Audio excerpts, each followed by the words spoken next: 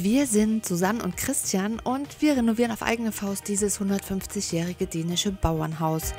So ein Großprojekt ist ziemliches Neuland für uns, denn die meisten Arbeiten haben wir zuvor noch nie gemacht. In der letzten Folge haben wir unser Problemkind, den Schornstein, erwähnt. Wie schlimm es um den wirklich stand und was sonst noch hier bei uns in Chaoshausen los war, das zeigen wir euch heute. Ganz viel Spaß beim Video. Ich werde jetzt das Schlafzimmer noch mal zu Ende spachteln. Wir hatten ja schon angefangen hier. Das werden wir jetzt noch zu Ende machen. Die Wand ist noch zu spachteln. Hier, dann da hinten, da drüben. Hier habe ich ein bisschen mehr zu tun, sehe ich gerade. Also hier wurde ganz schön gestückelt. Okay, aber es ist auf jeden Fall machbar, denke ich mal. Und ja. Dann geht es ans Tapezieren, dann machen wir den Fußboden hier rein und dann können wir endlich unser Bett hier reinbringen. So, dann die Spachtelmasse.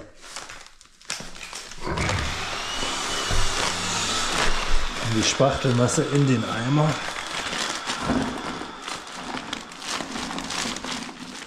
Wir sehen euch Profis da draußen schon die Hände über dem Kopf zusammenschlagen. Und ja, ich kann euch sagen, dass hier bisher keine Pille so bitter geschmeckt hat, wie die Erkenntnis beim Anrühren oder Verarbeiten der Spachtelmasse irgendwelche Fehler gemacht zu haben. Für uns sind die meisten Arbeitsschritte Premiere und weder Chris noch ich haben jemals zuvor Spachtelmasse angerührt und außer den Ausbau unseres Campervans auch noch kein größeres Bauprojekt betreut. Wenn wir euch aber an dieser Stelle einen kleinen Tipp geben dürfen, schaut euch die YouTube-Videos von den richtigen Profis an, bevor ihr irgendetwas macht. Das hätte zumindest uns jede Menge Arbeit gespart. Ich denke mal, diese Konsistenz ist ganz okay.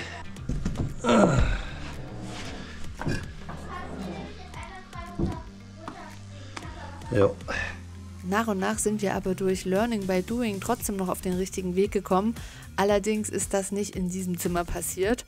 Und zu meinem großen Glück haben wir auch von vornherein die gute alte Regel eingeführt, dass derjenige, der spachtelt, am Ende auch derjenige ist, der schleifen muss.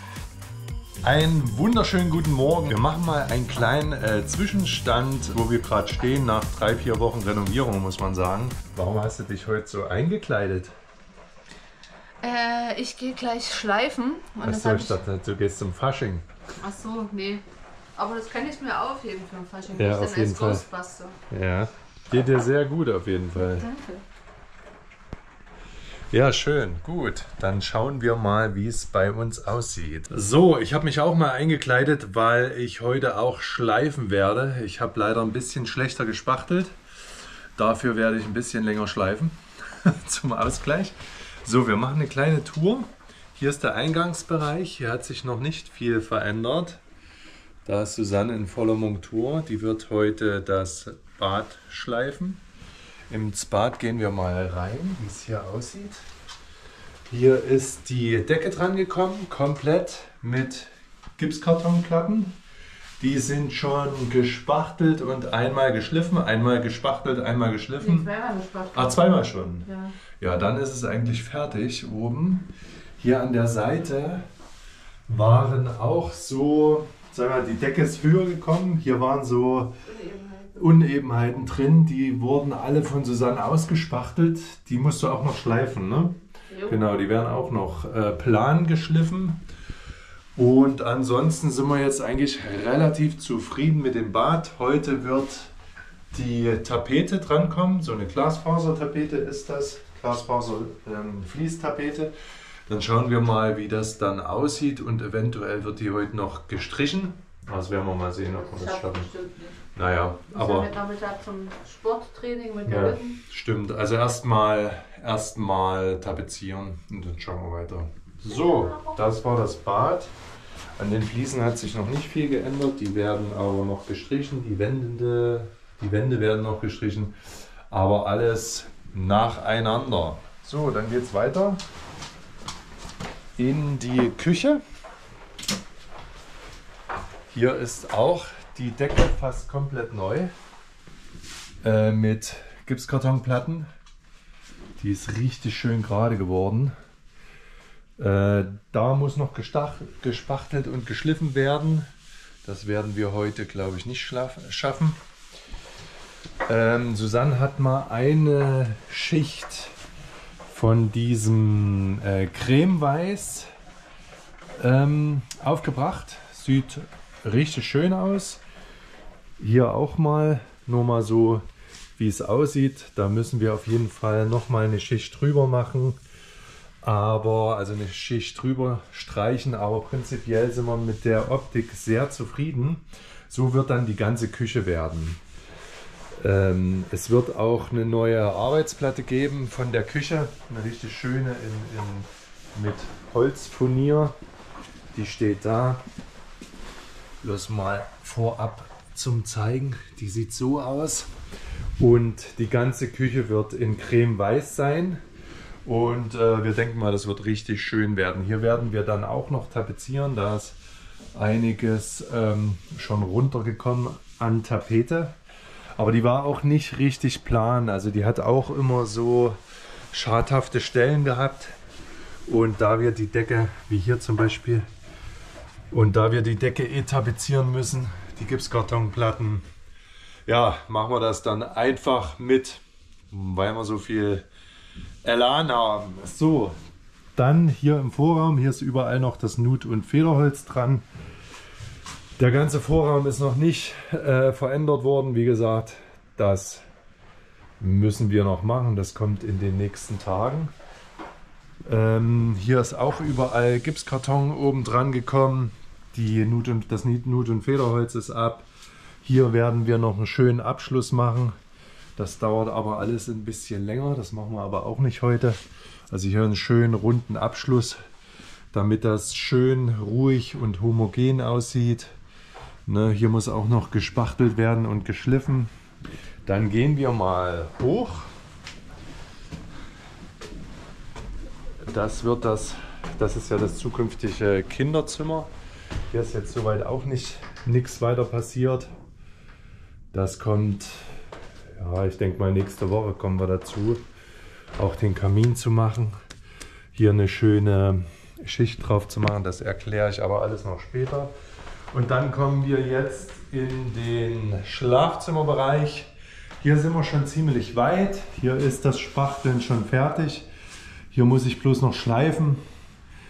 Leider war die Spachtelmasse am Ende ein bisschen verklumpt. Deswegen sieht das richtig nicht so gut aus. Da werde ich ein bisschen länger schleifen müssen.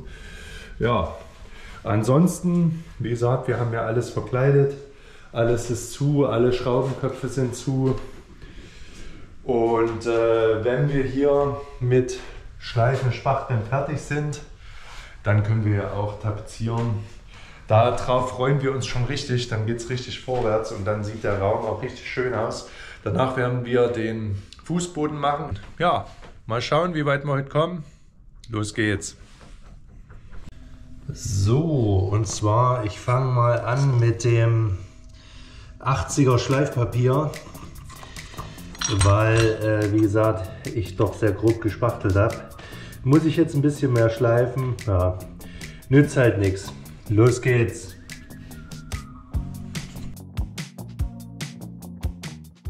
An dieser Stelle würden wir sehr gerne ein Hallo sagen an alle neuen Gesichter hier auf unserem Kanal. Schön, dass es euch interessiert, wie zwei Ahnungslose so ein Großprojekt angehen, und ganz herzlich willkommen hier bei uns. Hier gibt es neben Tipps rund um den Um- und Ausbau so eines alten Hauses und wie man das dann einrichtet, ja auch ein paar Gartentipps und ganz, ganz viel Travel-Content.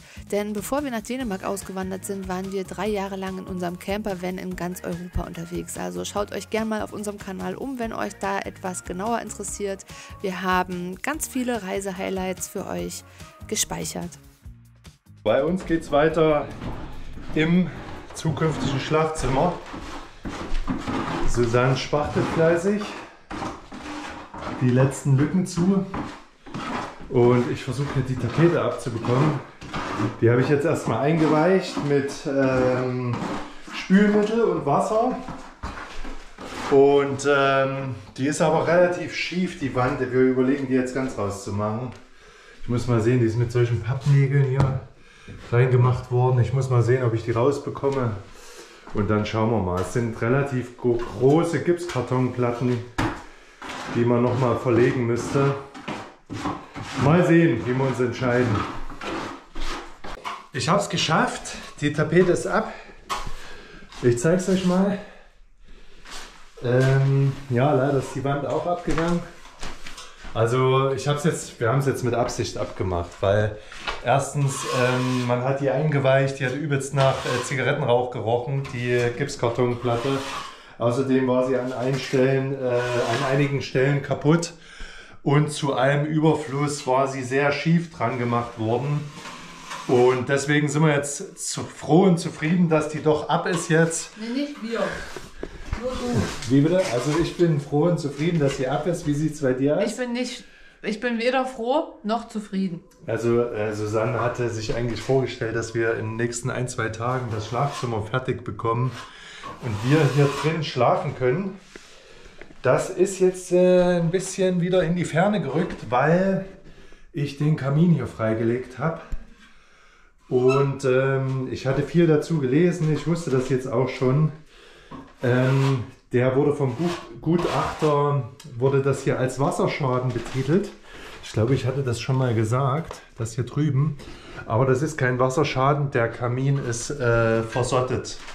Also versottet heißt das ist, wenn der nicht mehr richtig dicht ist und dann so Ruß durchkommt. Und das ist bei alten Kaminen ganz normal. Und wenn wir das jetzt dran gelassen hätten, dann wäre das alles so geblieben.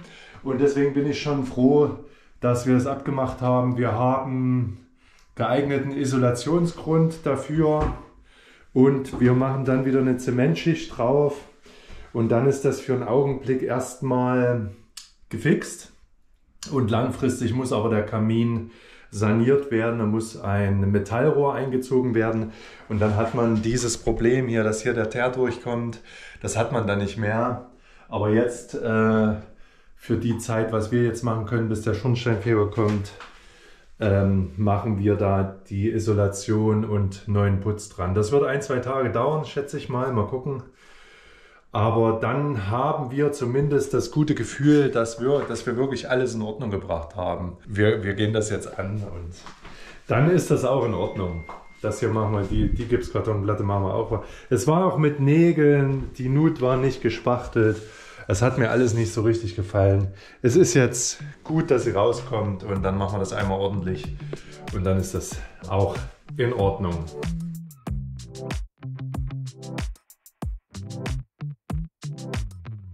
Ja, auch wenn es in dem Moment manchmal bitter ist, dass der Zeitplan ein weiteres Mal unerwartet über den Haufen geworfen wird, so sind wir doch im Nachhinein betrachtet relativ froh, dass wir wirklich jede Stelle im Haus ganz genau angeschaut haben und alle Mängel bestmöglich behoben haben. Abgesehen davon, dass Versottung unansehnlich ist und bestialisch stinkt, stellt sie nämlich auch eine Gefahr für die Gesundheit dar, denn die Giftstoffe aus dem Kaminrauch, die weichen durch die Kaminwände und die können so auch in die Raumluft gelangen. Das ist natürlich gerade in Schlafräumen oder Kinderzimmern ganz besonders unerwünscht. So, jetzt haben wir erstmal wieder klar Schiff gemacht und ordentlich aufgeräumt hier. Es war richtig viel Putz. Auf dem Boden, Gipskarton, Reste. Ich muss gestehen, dass Susanne sehr, sehr fleißig war. Ein fleißiges Bienchen. Auf jeden Fall, der Kamin ist blank. Ihr seht es, also einigermaßen, so gut es geht. Und wird jetzt dieser Isoliergrund draufkommen. Und danach werden wir den schön einzementieren. Selbst irgendwas machen, sondern immer in Rücksprache mit dem Schornsteinfeger oder mit dem Kaminbauer. Also das hat auch, was wir hier machen, hat auch keine Gewähr auf Richtigkeit oder fachliche Richtigkeit. Aber wir sanieren den jetzt so gut es geht und später wird dann der Schornsteinfeger kommen und auch den Schornstein stilllegen, weißt du? und diesen Schornstein stilllegen. Nee, und der wird dann wahrscheinlich hier ein Metallrohr einziehen und dann ist die Versottung auch gestoppt und dann hat man keine Probleme mehr. Nur eben jetzt für einen Moment machen wir es so und dann schauen wir mal, wie das dann zukünftig wird. So, Susanne hat heute übrigens solche Leisten, Eckleisten hier eingespachtelt. die aus Metall sind. Das sieht richtig gut aus. Ging auch gut, oder? Nee. Ging nicht gut. Also ging nicht so gut, aber das Ergebnis ist richtig gut. Das weiß ich auch nicht, ob das Ergebnis richtig gut ist, aber es ist gerade, wenn das jetzt noch geschliffen wird und nochmal drüber gespachtelt. Nein, das sieht gut aus. Es geht nur darum, wenn man hier um die Ecke tapeziert, dass da eine ordentliche Kante ist. Und sonst würde das nicht gut aussehen. Aber jetzt ist eine ordentliche Kante dadurch. Und dadurch wird das gut. Ich denke ja. Ja, man schlägt sich so durch hier als Laie, aber ja, ein bisschen was kann man schon selber machen, ne? Also ein bisschen was, eigentlich machen wir alles selber, ne? Es ist unglaublich, was wir hier alles machen, weil alleine die Arbeitsstunden, alleine die Stunden, wir haben letztens mal ausgerechnet, wir waren bei wie viel Stunden? 250 Stunden. Wenn man jetzt einen Fachmann, na gut, der würde vielleicht nur die Hälfte der Zeit brauchen oder eine Fachfrau. Aber wenn man jetzt Fachleute bezahlen würde dafür, 250 Stunden zu arbeiten, da ist ja nur der Arbeitslohn schon exorbitant. Plus Materialkosten, plus, ja gut, die wären schneller und so. Man hätte halt selber den Ärger nicht. Aber es ist schon echt krass. Und wir machen alles. Also vom Spachteln, Trockenbau, Malerarbeiten, Tapezierarbeiten, Maurerarbeiten, Verputzen, Klempnerzeug, also alles. Wir machen alle Gewerke. Natürlich machen wir das alles nicht fachgerecht und auch nicht in der Geschwindigkeit und sowas. Das ist ja nicht umsonst auch ein Meisterberuf oder sind nicht alles, also nicht umsonst alles Meisterberufe. Wir machen es halt dullihaft, aber wir versuchen es so gut wie es geht zu machen und hoffen, dass es dann hier schön ist, wenn wir fertig sind. Ja, aber teilweise erzielen wir schon bessere Ergebnisse als vorher, als das, was vorher hier war. Ja, hier soll angeblich ein tüchtiger Handwerker, das ist jetzt Zitat von unseren Nachbarn, ein tüchtiger Handwerker gewohnt haben. Ich habe aber bis jetzt ehrlich gesagt nichts gefunden, wovon ich jetzt, wo ich jetzt ja gedacht hätte, das hat ein Handwerker gemacht. Hier war alles scheiße, wirklich. Hier ist alles scheiße. Hier ist die Sparschalung. Alles ist nur mit irgendwelchen gottlosen Nägeln irgendwo reingenagelt. Die Regel, wo ein Nagel ist, ist Holz dahinter. Die gilt ja auch nicht, weil die Nägel, die sind einfach irgendwo reingekloppt. Die halten einfach, weil sie sich irgendwo verkeilen teilweise. Alles ist schief. Nix ist irgendwie begradigt. Beim Malern hat er einfach überall drüber gemalt, nichts abgeklebt vorher. Nix, wirklich einfach nur, also ich weiß nicht, was hier fachmännisch von einem Handwerker geworden sein soll. Oder es ist halt so, dass der Handwerker, so wie da sagte man doch immer irgendwie, der Schuster hat die schlechtesten Schuhe, dass der hier zu Hause keinen Bock mehr hatte, ordentlich zu machen und dann irgendwie hingepfuscht hat. Aber hier ist nichts geil, wirklich. Hier ist alles Kacke. Noch. Jetzt kommen ja wir. Guten Morgen, ein neuer Tag von der Baustelle und heute wird gemörtelt. Hier haben wir schon mal unsere Utensilien, die wir heute brauchen. Los geht's, kommt mit. So, ich habe ja gestern den Kamin freigelegt und auch die Fugen ausgekratzt und gesäubert. Und alle Fugen, die über 2 cm oder über 2 cm tief sind, die soll man vorher glatt machen bzw. Mörtel reinbringen, bevor man die Isolationsschicht drauf macht. Und das werde ich jetzt mal machen. Putz- und Mauermörtel. Wichtig ist, dass der nicht brennbar ist. Hier Brandverhalten A1, nicht brennbar, das ist immer wichtig. Ne? Genau. So, also los geht's.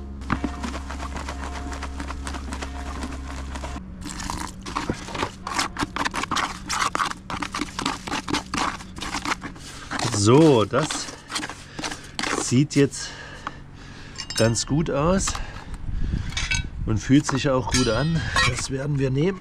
Ich hoffe, dass die Menge reicht. So.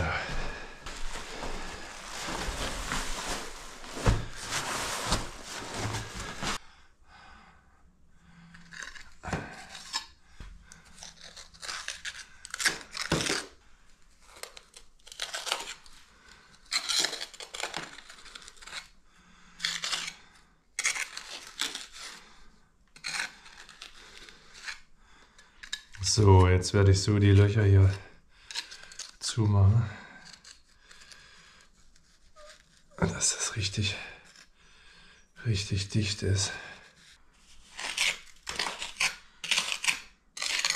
So, es geht nur darum, diese tiefen Lücken zu füllen. Geht jetzt nicht darum, hier alles zu verspachteln, dass das eine schöne, homogene, tragfähige Fläche wird.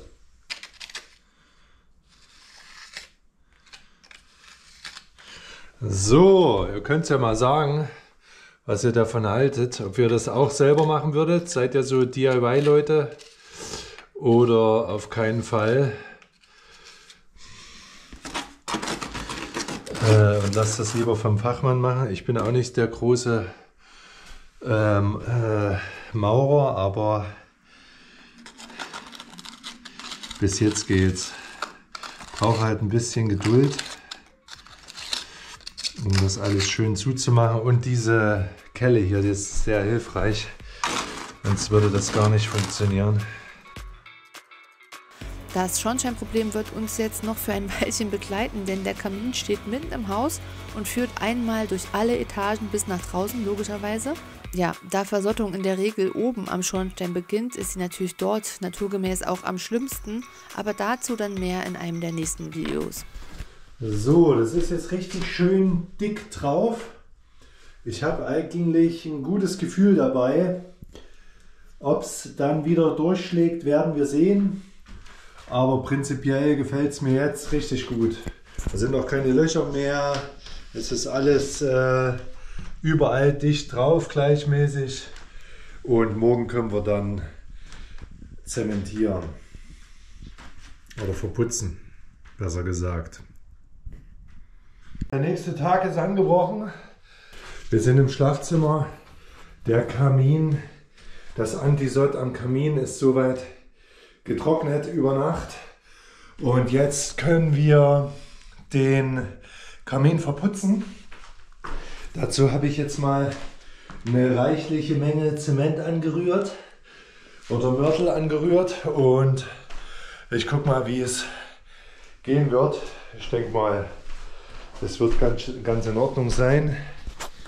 Der ist jetzt, glaube ich, dick genug, dass man damit arbeiten kann. Ja, schauen wir mal. Los geht's. Probieren wir es mal. Uns erreichen auch immer mehr Fragen zu unserer Auswanderung nach Dänemark, zu unserem Häuschen und wie wir das hier alles so machen. Und wenn auch ihr Fragen zu dem Thema habt, dann lasst es uns gerne mal in den Kommentaren sammeln. Dann würden wir einfach ein eigenes Video machen und alle eure Fragen beantworten. Wenn dir das Video bis hierhin gefallen hat, dann freuen wir uns super doll drüber, wenn du uns das mit einem Daumen nach oben wissen lässt. Und wenn dich auch interessiert, wie wir aus diesem heruntergekommenen alten Haus unser persönliches Idyll erschaffen, dann abonniere auch gerne unseren Kanal und verpasst keine Neuigkeiten mehr. Die ganze Extraarbeit in dem Zimmer hat uns fast 2 Wochen im Zeitplan zurückgeworfen. Das war zwar in dem Moment total ärgerlich, aber Ungeduld hilft einem in der Situation auch nicht weiter. Am Ende wollen wir das für uns bestmöglichste Ergebnis und das dauert eben nur mal seine Zeit. Die ganzen Trocknungszeiten haben wir dann aber dafür genutzt, unser Badezimmer fertigzustellen und das war eigentlich der erste Lichtblick in diesem ganzen Chaos. Schaut euch gerne das Badezimmer-Video an, das verlinke ich euch mal hier oben. So, ich habe es dann mal geschafft. Der Kamin ist verputzt. Optik ist nicht so wichtig. Es soll eine mechanische Barriere sein und ich denke, die Aufgabe wird es erstmal auf jeden Fall erfüllen eine Zeit lang. Und ja, hat Spaß gemacht. Zum Glück habt ihr nicht gesehen, wie lange ich gebraucht habe. Ich habe extrem lange gebraucht. Der Mörtel war erst zu wässrig, da fällt natürlich alles wieder ab. Aber dann mit ein bisschen noch verdicken ging das schon. Die Versottung, die geschieht im oberen Abschnitt des Schornsteins und nicht unten sozusagen. Und das hat man eigentlich an dem Schornstein auch ganz gut gesehen, dass obenrum das viel schwärzer war als unten. Unten war der Putz eigentlich fast intakt, hätte man fast dran lassen können. Und oben war das Ganze viel schlimmer und oben im Dachboden unterm Rät, da ist es noch viel schlimmer. Da muss ich dann auch noch hin. Ja, das mache ich eventuell morgen. Das ist natürlich eine üble Nummer da im Red, aber es nützt nichts. So, herzlich willkommen hier aus dem Schlafzimmer wieder. Und zwar heute ist Kaminproblematik Teil 2 angesagt. Wir haben das ja hier versiegelt und zementiert oder gemörtelt oder verputzt und leider ist hier oben wieder durchgeschlagen, direkt danach. Deswegen werde ich jetzt nochmal eine Schutzschicht anbringen hier. Das ist diesmal von einem anderen Hersteller und dann nochmal den Kamin oder diese Wand hier verputzen. Und ich hoffe, dann haben wir Ruhe auf jeden Fall. Mal sehen, das ist jetzt hier eine Verdünnung mit 1:3 mit Wasser. Die trage ich jetzt auf, dann lassen wir die trocknen. Und dann gibt es nochmal eine Schicht mit dem Mittel hier pur. Und dann werden wir sehen, ob das diesmal besser hilft. Ich hoffe es auf jeden Fall. Ja, mal sehen. So, das war die erste Schicht mit 1:3 mit Wasser verdünnt. Ich habe schon ein viel besseres Gefühl als letztes Mal mit dem Konkurrenzprodukt. Mal sehen. Vielleicht liegt es auch daran, dass die jetzt verputzt ist und es einen tragfähigeren Eindruck macht. Danach, wenn das getrocknet ist, gibt es nochmal eine Schicht nur pur.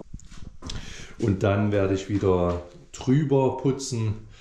Und dann hoffe ich mal, dass es nicht mehr durchkommt und wir dann den Kamin verkleiden können. Ein neuer Tag ist angebrochen.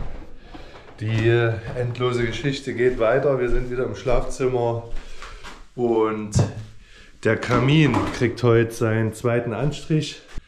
Also diesmal ist hier richtig eine Schicht zu spüren. Das macht einen viel besseren Eindruck. Jetzt gibt es nochmal die zweite Schicht und dann unverdünnt. Das war hier 1:3 mit Wasser, jetzt nochmal unverdünnt und dann wird der geputzt, wenn es trocken ist. Wahrscheinlich erst morgen. Ich habe es geschafft. Das ist jetzt so richtig dick eingeschmiert und vom Gefühl her ist es richtig gut. Also ich kann mir gut vorstellen, dass das auf jeden Fall eine Verbesserung bringt und das weitere Durchschlagen verhindert. Ich habe das aber auch noch nie gemacht, aber diese Substanz, das bildet so eine Art Kunststofffolie und die ist auch richtig zäh, die fühlt sich richtig gut an. Also wie gesagt, mein Gefühl ist gut.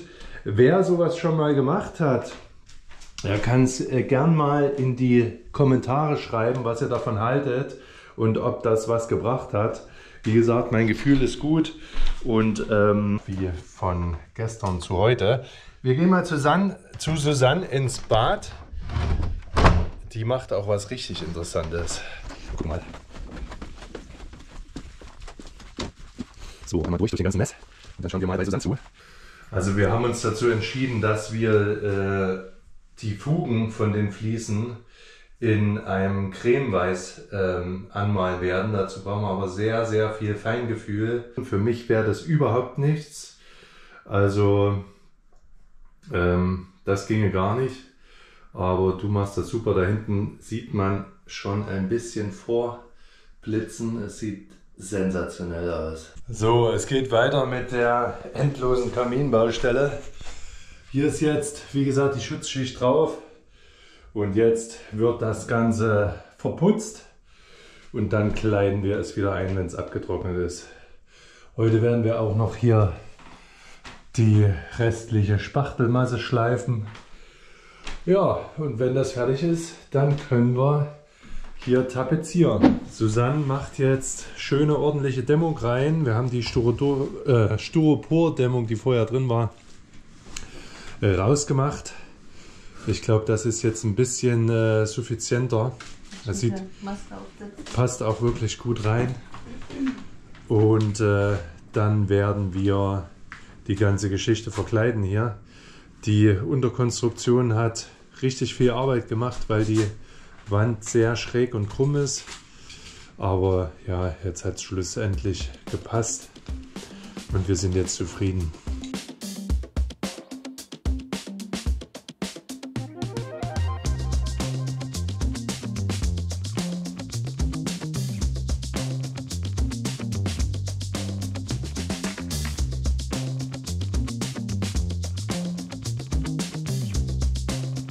So ein paar Stunden später, es wird, wir sind fast fertig.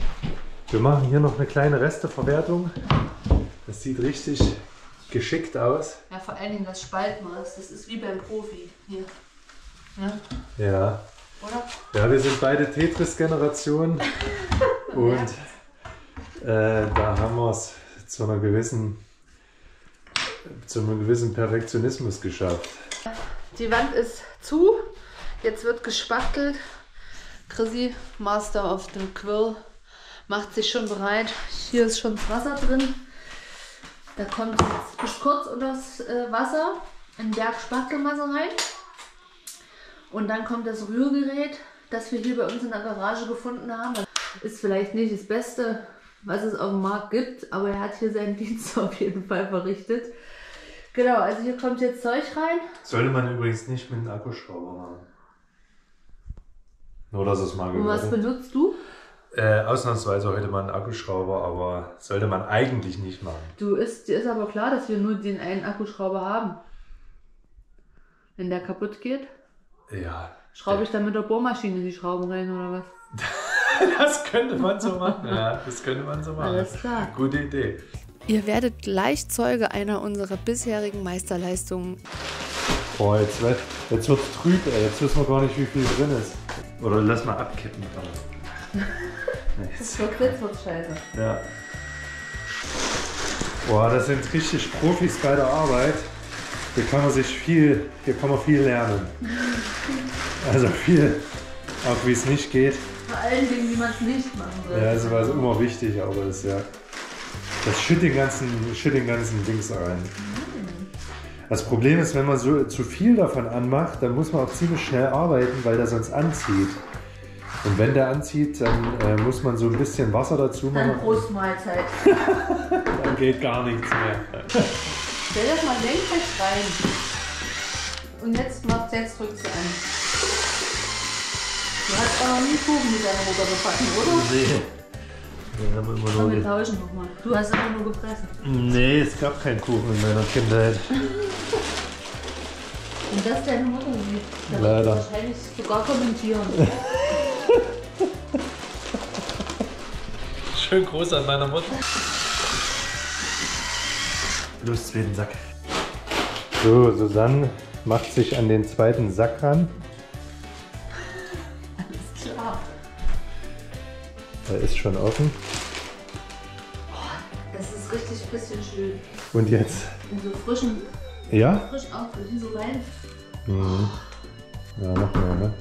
Jetzt geht's nicht mit der Kette in den Sack rein, oder? Nein. Wahnsinn.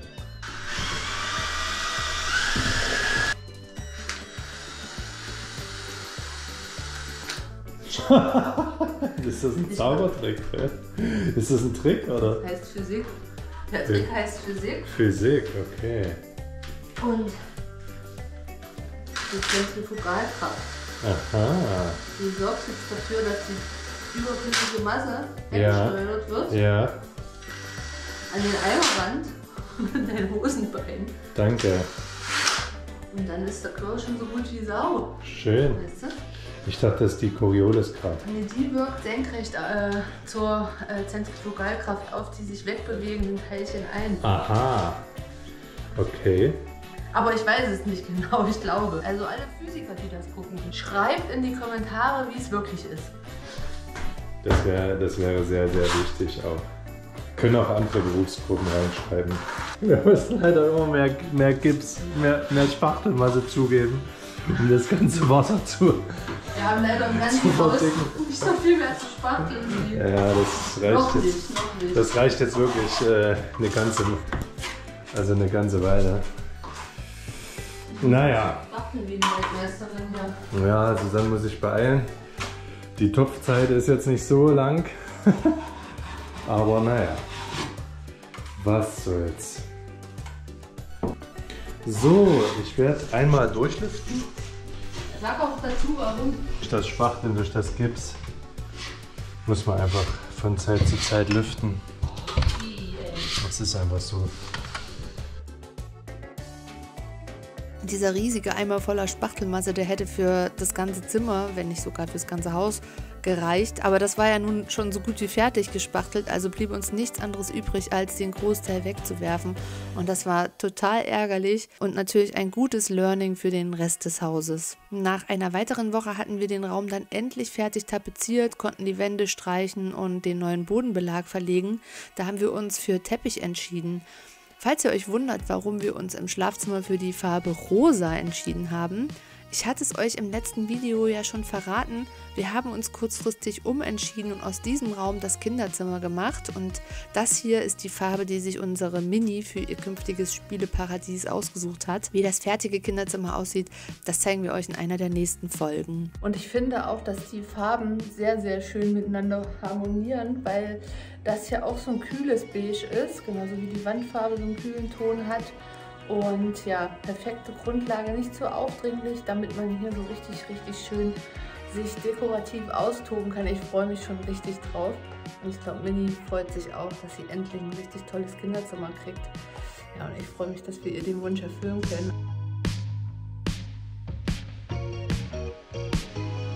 Ja, ihr Lieben, wenn euch das heutige Video gefallen hat, dann schaltet gerne auch beim nächsten Mal wieder ein. Lasst einen Daumen nach oben da und abonniert unseren Kanal. Wir freuen uns, wenn wir uns beim nächsten Mal wiedersehen. Bis dahin. Tschüss.